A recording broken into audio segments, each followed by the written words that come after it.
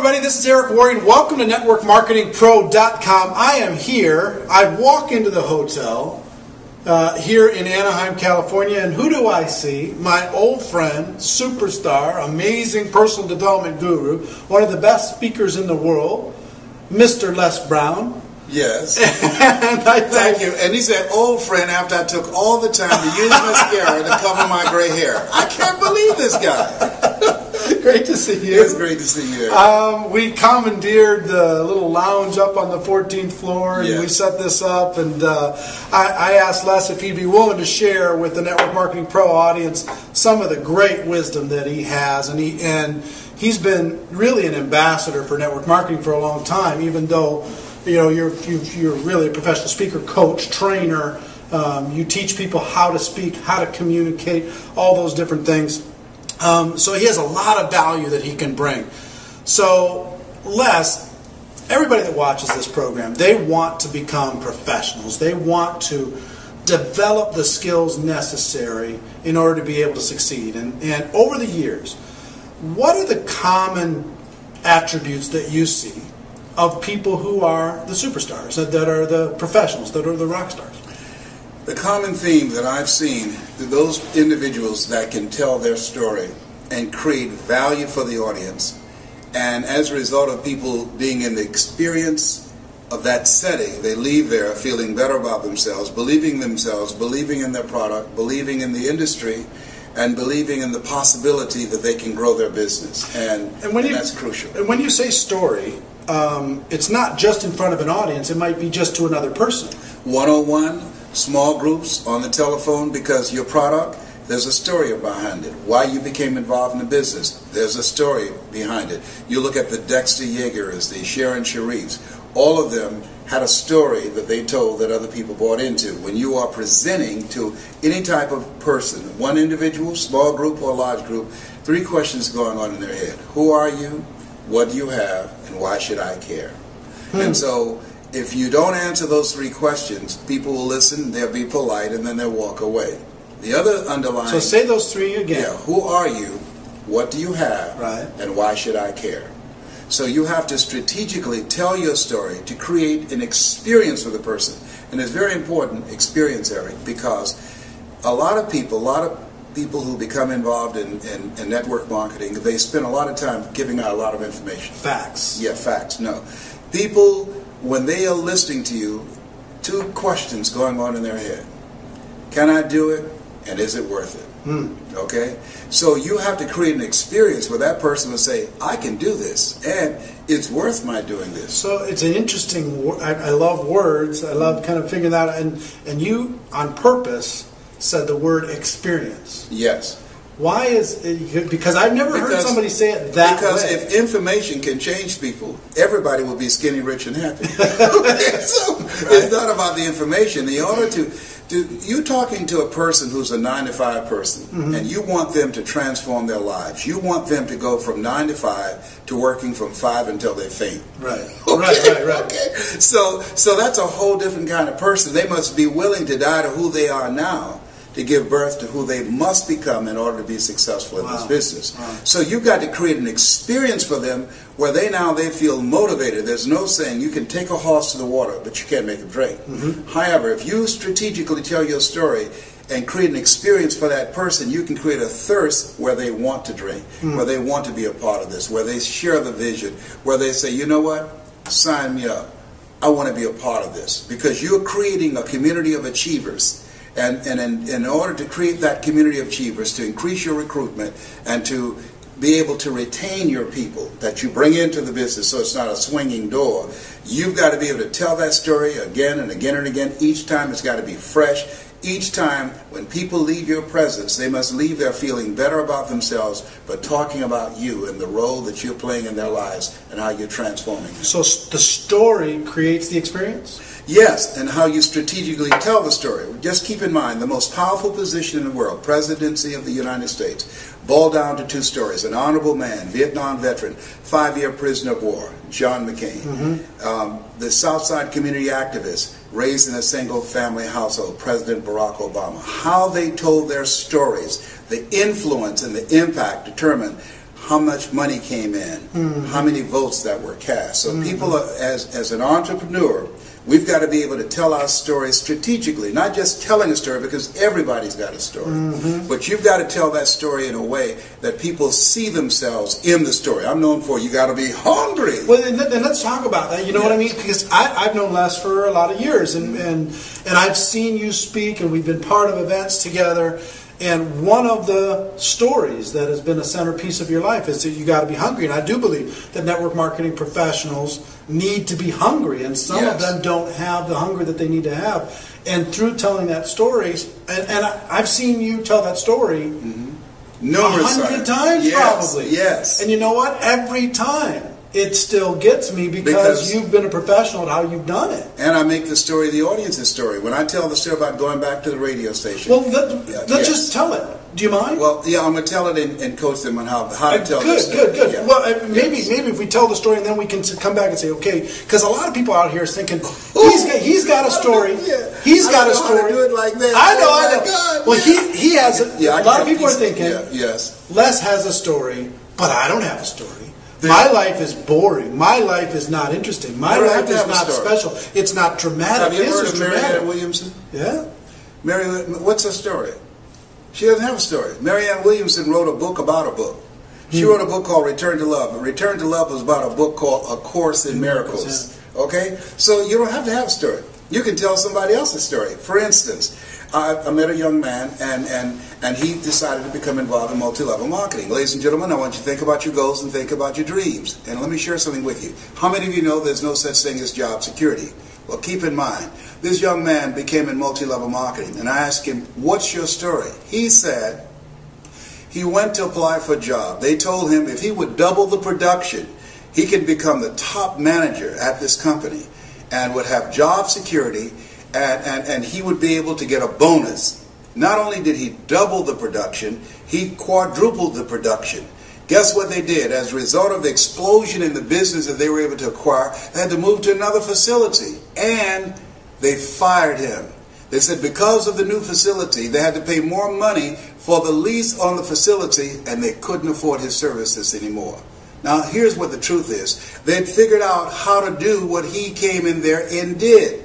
They no longer needed him. So the reason he's became a part of multi-level marketing is he knows that the 40-40 plan is gone, where you can work 40 hours a week for 40 years and retire. There's no such thing as job security. Today you have to have something that you can call your own. And so in multi-level marketing, you're in business for yourself, but not by yourself. You have an opportunity. You have a shot. Everybody won't get rich, but you've got a shot to control your own financial future. And that story by that young man is a story that's being lived every day.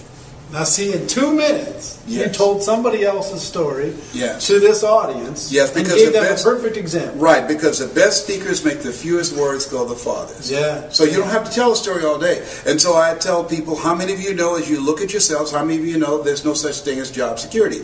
And I will raise my hand. The reason I'm doing that is that I want them to now make this man's story their story. So they'll raise their hands. You're right.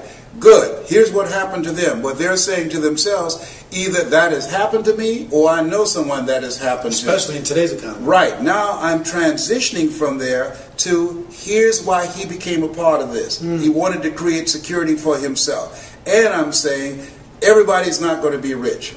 That answers what they think. Can I get rich in this? No. People work on jobs for 40 years and don't get rich, yet and still they come into this business and they want to get rich in 6 months. It's not that kind of party. Right. You've got to work. You've got to build a foundation. You've got to learn the products. You've got to learn the marketplace. You've got to develop your personality. You've got to develop your people skills. It takes patience and perseverance and persistence to build this business. But ultimately, as they say, in the beginning, you'll do a lot of things you don't get paid for, but as you continue to grow, you get paid for a lot of things that you don't do. Right. That's the exciting things about multi-level marketing. It allows you to build something that you can call your own. A lot of people are wishing right now that they had Les Brown in their pocket. They could carry him around when they went and talked to their prospects, and they could look him in the eye and tell him that. Talk about how these people can develop their story, or let them know, because I know that there's a lot of people here, and we have probably 50 different countries around the world that watch this, and a lot of them aren't aware of you yet. Yes. but the need to be, right? They need Yes. to know about your products and services and coaching and all that stuff, and we'll talk about that. Your story, what was the defining moment, that turning point for you that set your life on a different course? Well, what set my life on a different course was when my mother became ill. Because I was a state legislator in Columbus, Ohio. I'm adopted. I was born in a poor section of Miami, Florida called Liberty City, an abandoned building on a floor with a twin brother. I'm telling you my story. And when we were 6 weeks of age, we were adopted by Mrs. Mamie Brown. I feel like Abraham Lincoln, who said, "All that I am and all that I ever hope to be, I owe to my mother." My mother was a domestic worker on Miami Beach. She cooked for families. We ate the food left over from the families that she cooked for. We wore the hand-me-down clothes of the children that Mama kept. And so as a child and goal, a turning point in my life was seeing my mother work so hard. I said, Eric, when I become a man, I want to take care of my mother. I want to ask you, is there someone that you want to take care of? Is there someone that you'd like to do something special for? I want you to think about that person right now. Now, what I've done by doing that, I have segued from my story. I have now brought them into the story, and I asked them, is there someone you want to do something special for? They're saying yes. Now, that is called an imaginative leap. They leap from my story into their own story and say, yes, I know somebody. I like to do something for my coach or for my minister or for my mother or for my father or an aunt that raised me, okay? So now they're in the story. Now I will tell them how I went about doing that. So they have an interest. Who are you? What do you have? I have a story on how I bought my mother a home. And why should I care? The reason you should care is that I've been very successful at doing something that you can do too. And I'm going to show you how to do it. So now you create a committed listening in the telling of the story. Or I can say, recently I went to a seminar. A young lady by the name of Pauline Ahi. She came to the seminar. Pauline flew from Hawaii to Los Angeles. I was very inspired as I watched her. And the reason I was inspired, here we were in a room of entrepreneurs, and the person standing in front of the room, Dr. Julie Van Putten, as she was speaking and talking about discovering your power voice, ever so often Pauline would lean forward, and she'd pick up a pen with her mouth, and she would write with her mouth. Pauline came from Hawaii. Pauline has no arms. Pauline has no legs. She writes with her mouth. Here's a person who decided to become an entrepreneur, who decided to build a business in multi-level marketing. And with no arms and no legs, she's building an organization. And one of the things that really got me, when Dr. Julie Van Putten interviewed Pauline, she asked her, tell me one major obstacle you had in your life. Tell me something that you can think of. And Pauline looked, and she thought, and she said, I can't think of anything. And that grabbed me, because I could have given a whole lot of things, a list of obstacles. And that showed me that L.C. Robinson was right when he said things may happen around you and things may happen to you, but the only things that really count are the things that happen in you. Even though she was born with no arms and no legs, what has happened in her that she sees herself as an empowered person. She has not decided to become a part of a job, the journey of the broke. She decided to control her own destiny by being involved in multi-level marketing. And what I said as I looked at her, if Pauline can do it, I know I can do it. And I know you can do it. Okay. So there's a How many more you got? Keep going. Yeah. So those examples, Mike Jones out of Philadelphia. I met him. Mike was earning $500 a month on Social Security. He now earns over $35,000 a month, and he does a seminar called How to Earn Over $200,000 a Year with Your Eyes Closed. He's been blind since he was 10. Okay, so all of these examples of what we see, other people's lives, we can use that as a platform. So whether it's your story or somebody else's story, that's the example that you're giving. Yes, and people say I don't have success yet. Yes. They're just getting started. I haven't had success. I've been involved for 6 months. I haven't had success, but I can tell this other story, and I can say that's why I'm doing this. Yeah. Dexter Yeager, who was a beer truck driver, and now 50% of Amway volume comes through his organization. Dexter was just an everyday guy who decided that he wanted to live a different life for himself and for his family. And so when we look at people who are the great performers in multi-level marketing, here's what I know that they have in common too. Not only are they great storytellers, but there was a deciding moment, and that moment when they said virtually, I've had it. I've had it. That's when people change. I used to live next door to a lady named Miss Lillian, and Mr. Marvin, every Friday night he would get drunk and beat her. And I saw her years later and said, "How's Mr. Marvin doing?" She said, "I left him." I said, "Why?" She said, I'd had it with Marvin beating on me. That's when people leave jobs and they say, "Well, where are you going?" "Away from here. I've had it." You know, I was working on a job where they paid me just enough to keep me from quitting it. I worked just hard enough to keep from getting fired. Finally, I said, you know what? I've had it. Going where I'm celebrated rather than tolerated. I've had it living and playing small. Yeah. And so those kinds of examples and that kind of passion. People are not just looking for information. They're looking for personality and passion. They can get information on the internet. Mm-hmm. There are no secrets out here. You can just Google everything and find out what day the earth was made and the rock that broke Goliath's jaw. We can find everything right now. But personality and passion, that's what people want. That's what they buy into. Do you believe this? A difference between being in this business and this business being in you. That's what they feel. And the people that grow the large organizations, you can tell being in their presence that as much as they have chosen this, they were chosen for this kind of work. You've got to have a passion for people. You've got to believe in the product. You've got to believe in the industry.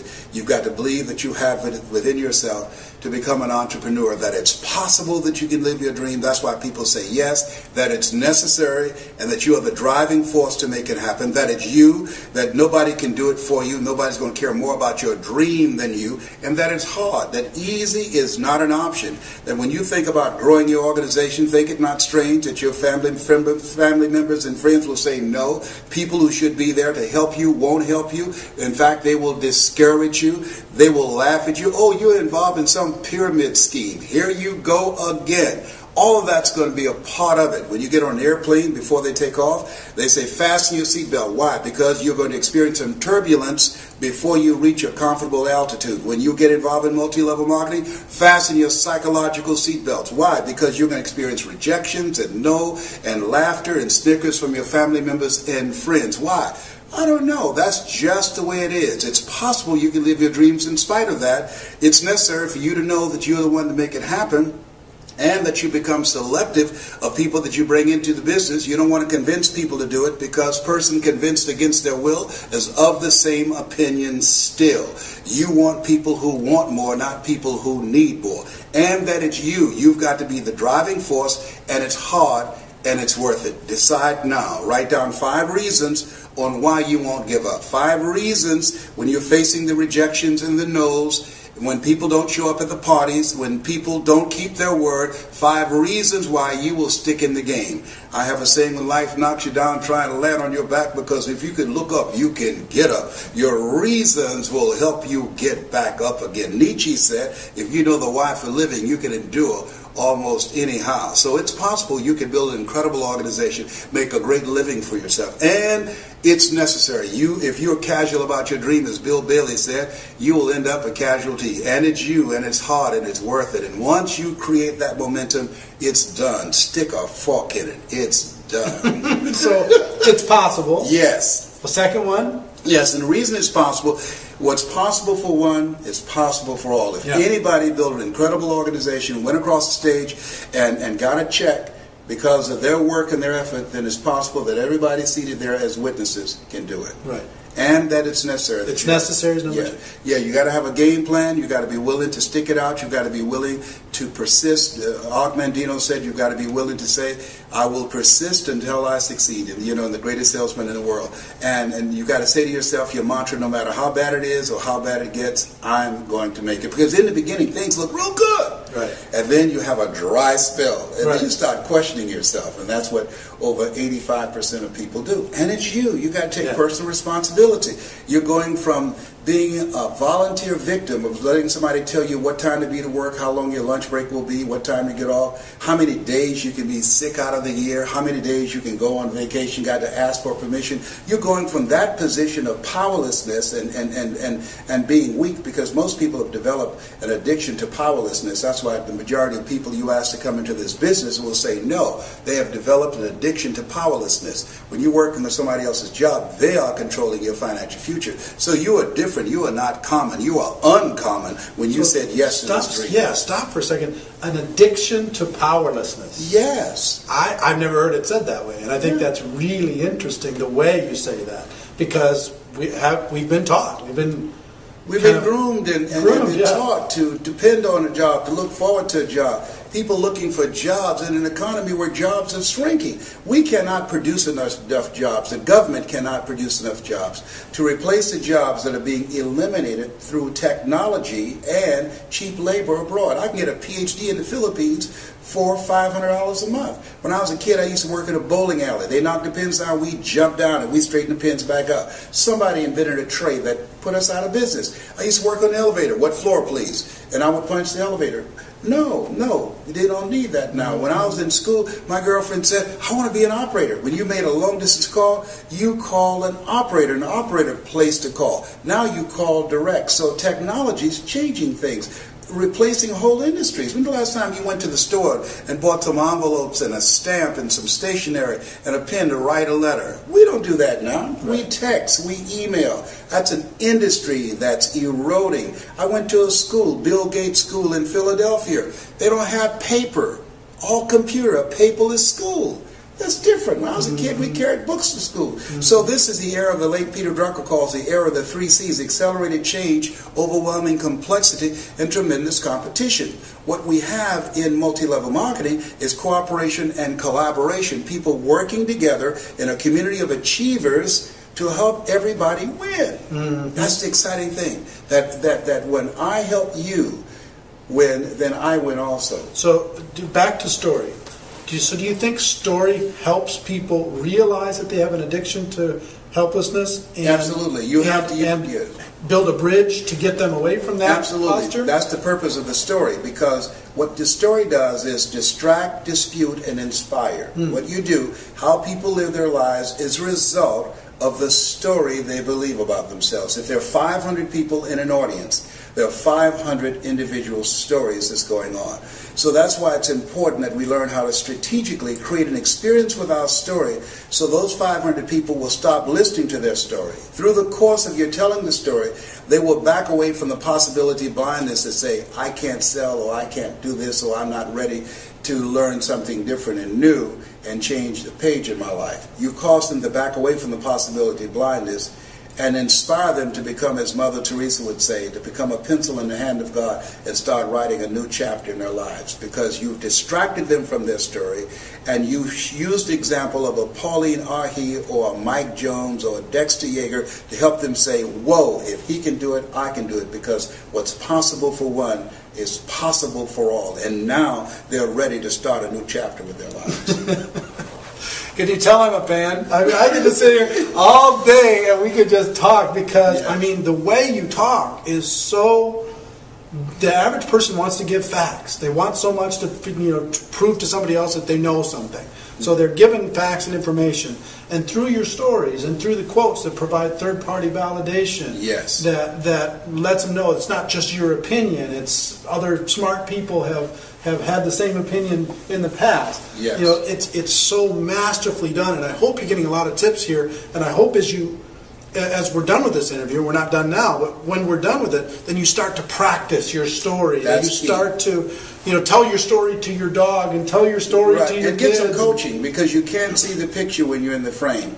You have to, this Les Brown that you now see, I didn't know he existed. I used to be a different person, but a guy named Mike Williams, he interrupted the story in my head. He said, Les, you can do more than be a disc jockey. What do you mean? I'm LB, Triple P, Les Brown, your platter playing popper. There were none before me, there will be none after me. Therefore, that makes me the one and only. Young and single, love to make a certified, bonafide, duly qualified to bring you satisfaction, a whole lot of action. I had to kill him all. Bam, bam, bam. He said, Les, you can do more than be the MC at the Bottoms Up Club and the Pink Pussycat and the Jamaica Club. You can talk to corporations and organizations. I said, what would I talk to them about? I don't have any college training. He said, Les, all of us are born the same way, dumb, naked, and speechless. You can learn. Okay, and so because of how he communicated with me, he created a thirst. One of the things I say to people, particularly when you come into this business, if someone has recruited you into this business, they saw something in you. And one of the things I strongly believe, and why Mike is still my mentor to this day, Mike Williams, And that is that sometimes you have to believe in somebody's belief in you until your belief kicks in. So whoever invited you into this business, they saw something in you. And if you don't see it, it doesn't matter that you don't see it, because eye has not seen, ear has not heard, nor has entered the heart of mankind what God has in store for you if you say yes to your dream and yes to the opportunity that the multi-level marketing industry can afford you. Can afford you. Yes. I love it. All right. I saw an interview with Will Smith a little while ago, and he said, greatness is simple. Here's what I believe, and I'm willing to die for it. Yes. When you talk about desire, you talk about hunger, you talk about determination. Are you willing to lose it all to gain it all? You're just willing to just go out there and make it happen. I believe that since greatness is possible, then being excellent is not enough. Right. That anybody through observation and practice can perform at the level of excellence. But when you see a Larry Bird who formerly played for the Boston Celtics, you don't say, boy, when the Bird played, he was an excellent player. We're talking about greatness here. Right. You see a Wayne Gretzky. And I believe that when you're pursuing your greatness, you don't know what the limits are. So you act like you don't have any. That you become intelligently ignorant. According to the laws of aerodynamics, as we know, a bumblebee isn't supposed to fly because his body is too large to be held up by the little puny wings. But the bumblebee doesn't know it.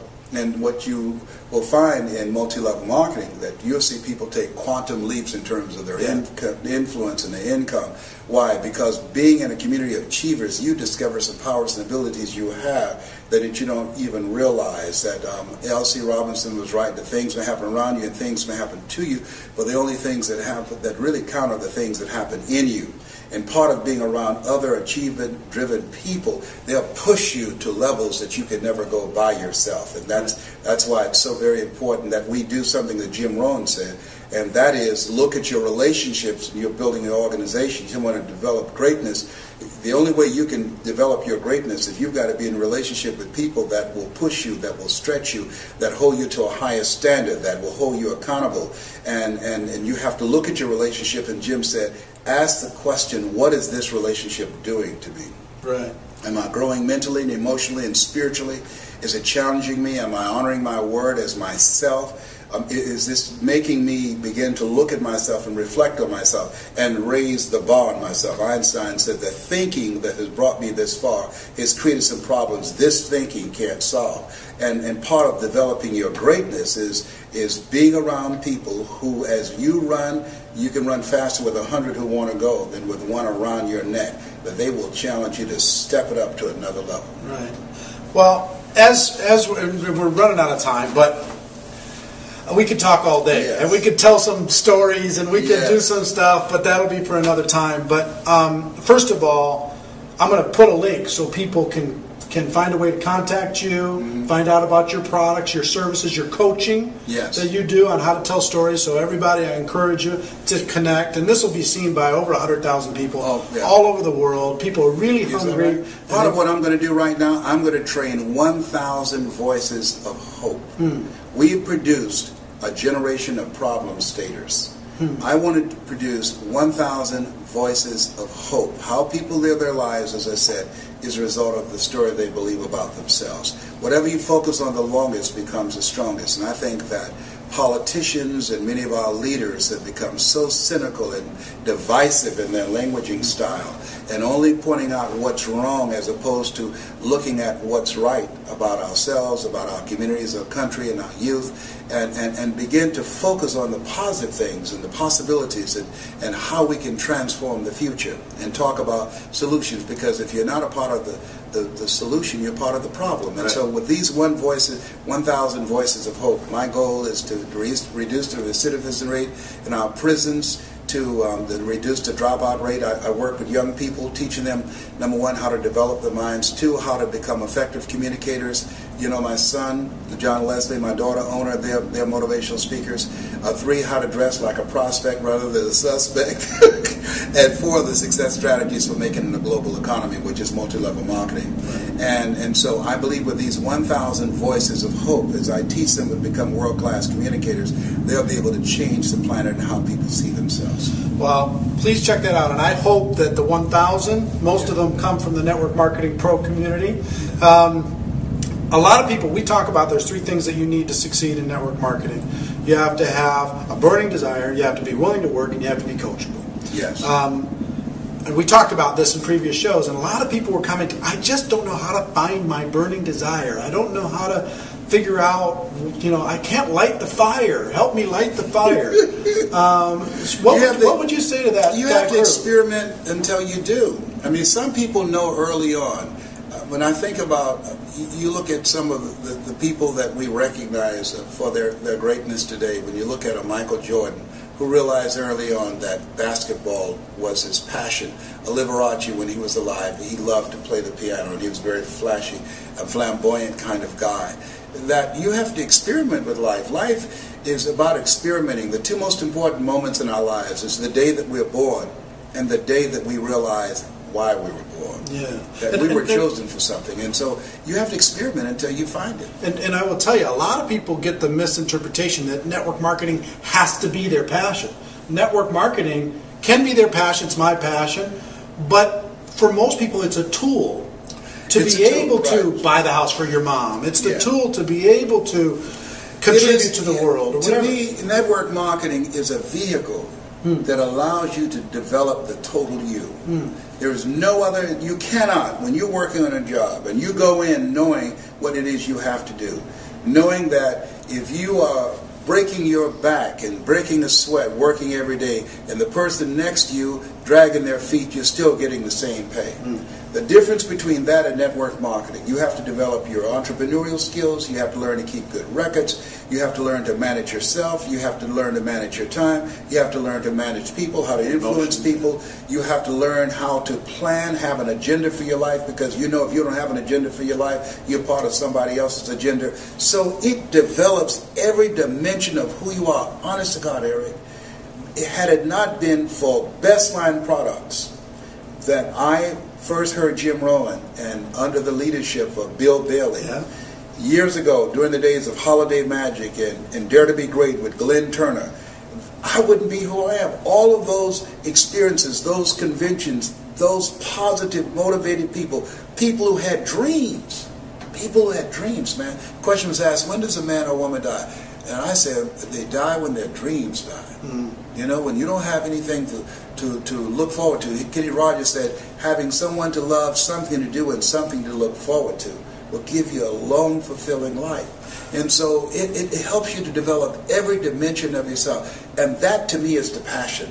The passion to live full and to die empty. The passion to find out what it is you're made of. The passion to get up the next day after facing rejection day in and day out, walking in the grocery store, going in the shopping mall, talking to people in the cleaners about an opportunity, and they say, no, I'm not interested, and continue to go from rejection and no's and snickers and laughter until you find that yes, until you find that eagle. And you're going to go through a lot of pigeons before you find them. And you build your character, you build your faith. And one day you look in the mirror and there's a different man looking back at you. There's a different woman looking back at you.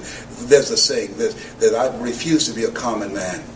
It's my right to be uncommon if I can. I seek opportunity, not security. I do not wish to be a kept citizen, humbled and dull by having the state look after me. I want to take the calculated risk, to dream and to build, to fail and to succeed. I refuse to live from hand to mouth. I prefer the challenges of life to the guaranteed existence, the thrill of fulfillment to the still calm of utopia. I will never cower before any master nor bend to any threat. It's my heritage to stand erect, proud and unafraid, to face the world boldly and say, this I have done. That's what it means to be a multi-level marketer, an uncommon desire to control your destiny. I'm getting fired up. I'm getting excited. My medication ran off. I will tell you, we're out of time, and we'll do this again, but a long time ago, you looked my son in the eye, backstage before an event, and you grabbed him by the side of his face, and you said, you know what, you've got greatness in you. And you know what, for everybody that's watching, his message that I hope you feel is that you've got greatness inside of you. You've got things, talents and skills that you haven't even reached for yet. Yes. You've got abilities and stories that are going to be amazing. And can change the world. Yeah. So, ladies and gentlemen, here from Dallas, Texas. My wish for all of you is that you decide to find your passion, that you decide to become a network marketing professional, that you develop your skills, you learn to tell stories, that you get the coaching and training and information that you need to be able to take it all the way to the top. Because you know what? You really do have greatness in you. It is a stone cold fact. You got something else to say? Say it. Yes, this has been Mrs. Mamie Brown's baby boy and Eric Warrior's pride and joy. It's a fact, ladies and gentlemen, that we have a better way. Now let's go tell the world. Everybody, we'll see you next time. Bye-bye.